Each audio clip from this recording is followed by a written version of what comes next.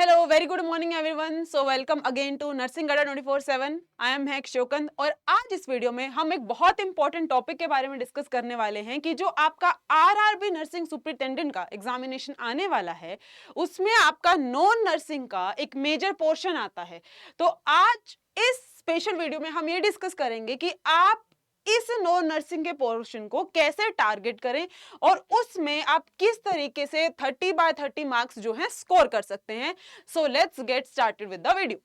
तो देखिए स्टूडेंट्स, अगर हम बात करते हैं कि सबसे पहले पेपर के पैटर्न की बात कर लेते हैं। अगर हम आपके आरआरबी के एग्जामिनेशन की बात करेंगे तो उसके अंदर आपको पता है कि आपका जो 70 मार्क का जो एग्जामिनेशन आता है, जो 70 सवाल आपके पास आएंगे, वो आपका मेजर नर्सिंग का पोर्शन रहने वाला है। वहीं पर अगर मैं आपकी बात करूं नो नर्सिंग की, तो इसको एग्जामिनेशन के अंदर 3 कैटेगरीज में बांटा गया है। ठीक है, पहला आपके पास जनरल अवेयरनेस होता है, दूसरे में आपके पास इसने general arithmetic, intelligence and reasoning, basically आप ये बोल सकते हो कि मैडम जी रीजनिंग और मैथमेटिक्स के पोर्शन को इसने दूसरे नंबर पर रखा है, और third one is general science, यानी कि तीसरा आपका जनरल साइंस का पोर्शन रहने वाला है।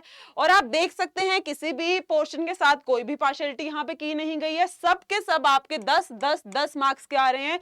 यानी कि अगर मैं बात करूं जीएस की, जो आपका जनरल अवेयरनेस का पोर्शन है वो आपका 10 नंबर का आएगा, मैथमेटिक्स एंड रीजनिंग मिलके आपके पास 10 नंबर की आएगी, और साथ में अगर हम जनरल साइंसेस की बात करते हैं तो ये भी आपके पास 10 मार्क्स की आने वाली है। तो हम ये मान के चल सकते हैं कि जो आपके पास जो टोटल 30 मार्क्स की हम बात करते हैं, वो 30 मार्क्स आपके पास 3 हिस्सों में डिवाइडेड है। सबसे पहले अब हम क्या करेंगे, हम इसके सिलेबस को समझते हैं और साथ के साथ ये देखते हुए चलेंगे कि किस तरीके से आप अलग अलग पोर्शन के साथ को टैकल कर सकते हैं अपने एग्जामिनेशन में फुल बाय फुल स्कोर करने के लिए। चलिए, तो सबसे पहले बच्चों बात करते हैं जनरल अवेयरनेस की। तो बेसिकली ये जो जनरल अवेयरनेस का पोर्शन होता है, इसमें आपको क्या क्या देखने को मिलेगा, तो मैं आपको बता देती हूं बच्चा कि जनरल अवेयरनेस का ये जो पोर्शन होता है, this is basically your general studies. तो जो यूपीएससी वाले बच्चे पढ़ते हैं, जो तुम बोलते हो कि मैम हिस्ट्री आएगा, ज्योग्राफी आएगा, इसके अंदर करंट अफेयर्स आता है, तो वो सब कुछ इसके अंदर होता है। ठीक है, तो हम सबसे पहले अगर आपका जो मेजर पोर्शन की बात करें, सबसे इंपॉर्टेंट चीज इसमें जो रोल प्ले करती है वो हो जाएगा बच्चा करंट अफेयर। अब करंट अफेयर में तुमको क्या लेकर के चलना है और हमारे पॉइंट ऑफ व्यू से क्या चीज इंपॉर्टेंट है तो देखिएगा, करंट अफेयर्स की अगर हम बात करेंगे तो मैंने ये चीज आपको बार बार बोली है कि आप अगर इस पोर्शन को उठा के चलेंगे, हमें सिर्फ 10 मार्क्स चाहिए।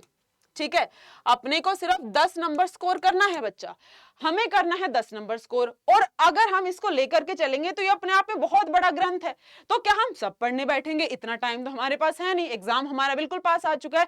तो अगर हम सबसे पहले करंट अफेयर की बात करते हैं, तो बच्चों हम सिर्फ और सिर्फ हेल्थ और मेडिकल फील्ड की जो आपके पास जो भी नई नई स्कीम्स आ रही हैं, नई नई जो आपकी टेक्निक्स आ रही हैं, उन सारी चीजों को पढ़ के जाएंगे तो अपना जो मेजर फोकस रहेगा that is going to be your health and medical field. ठीक है, करंट अफेयर में हम अभी के लिए सिर्फ उन्हीं स्कीम्स के ऊपर जो है टारगेट करने वाले हैं। अगर हम बात कर लेते हैं उसके बाद थोड़ा सा हिस्ट्री, ज्योग्राफी, देन अपने पास इकोनॉमिक्स हो गया, एनवायरमेंटल इश्यू से भी क्वेश्चन पूछ रहा है, जो अपकमिंग साइंस एंड टेक्नोलॉजी है उसका सवाल पूछा जा सकता है, स्पोर्ट्स हो गया, कल्चर हो गया, या तो फिर हम गवर्नमेंट स्कीम्स की बात करें तो ये जो गवर्नमेंट स्कीम्स का पोर्शन है वो मैंने आपको करंट अफेयर में ही बता दिया कि हम वहीं पर पढ़ के चलेंगे। जो भी हमारा नया नया स्कीम्स आ रही हैं इसको हम वहीं पर टारगेट करेंगे।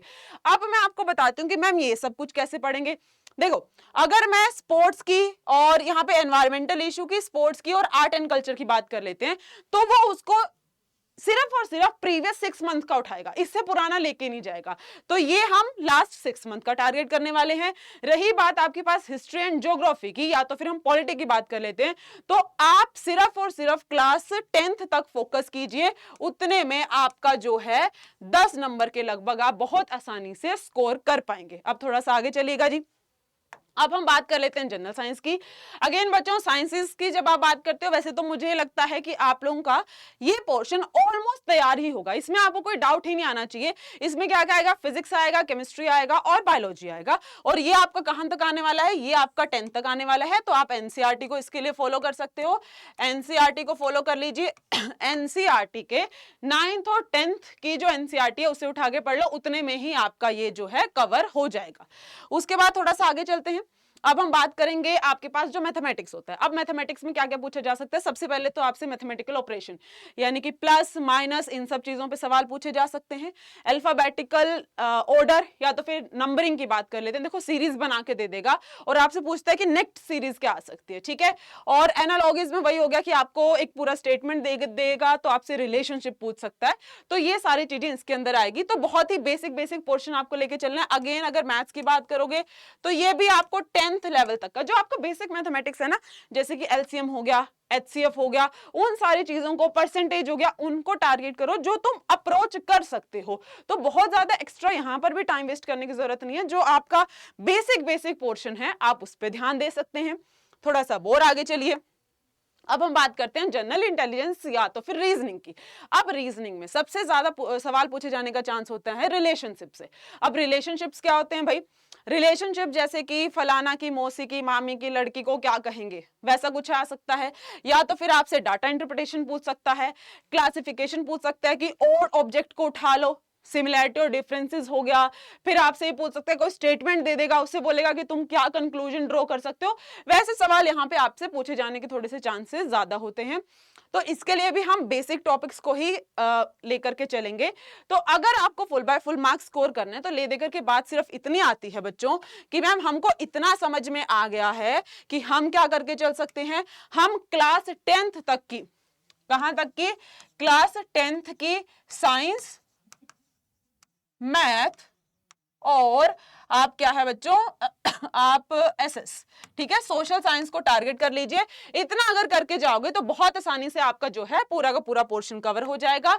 अब अगर आपको लगता है कि मैम हमसे खुद भी ना भी हो पाए, हमको तो एक स्ट्रक्चर्ड प्लान चाहिए, तो बच्चों आप इस बैच को ज्वाइन कर सकते हैं। ये आपका आरआरबी नर्सिंग सुपरिटेंडेंट को टारगेट करता है बैच, इसका नाम तेजस है। और सबसे अच्छी बात आपके पास क्या है कि अभी इस बैच के ऊपर आपका ऑफर भी चल रहा है, अभी आपको मिल रहा है 4x बेनिफिट। तो इसमें आपको क्या क्या मिलेगा, फ्लैट 78% ऑफ आपको यहाँ पे मिलने जा रहा है, 3x वैलिडिटी आपके पास हो गई है जी। और साथ में बच्चों 100% जिस भी बच्चे का सिलेक्शन होगा उसको 100% रिफंड दिया जाएगा। और इसकी जो है एक्स्ट्रा 12 मंथ तक आपको इस ऑफर इस बैच में आप एनरोल रह सकते हैं, इसका फायदा उठा सकते हैं। तो अभी जाइए, जा करके तेजस बैच में एनरोल कर लीजिए। बाकी अगर आप इस स्ट्रेटेजी को फॉलो करोगे तो आपको full by full marks score करने से कोई नहीं रोक सकता। और आपको पता है कि आपकी जो जीएस की क्लासेस हैं बच्चों, वो हर शाम को 4 बजे चल रही हैं। तो आज मेरे साथ जुड़ जाइएगा शाम को 4 बजे। तो हम 4 से 5 आपकी क्लासेस भी चल रही हैं, तो उसमें मिलते हैं। Have a nice day, bye bye, thank you so much.